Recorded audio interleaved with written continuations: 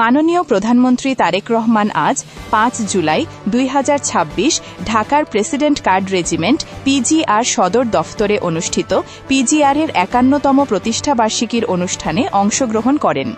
এ সময় তিনি সদস্যদের পেশাদারিত্ব, শৃঙ্খলা ও রাষ্ট্রের গুরুত্বপূর্ণ ব্যক্তিদের নিরাপত্তা নিশ্চিতে তাদের অবদানের প্রশংসা করেন। গৌরবময় এই প্রতিষ্ঠাবার্ষিকী উদযাপনের মধ্য দিয়ে দেশ সেবায় পিজিআরের অঙ্গীকার আরও দৃঢ় হয়েছে।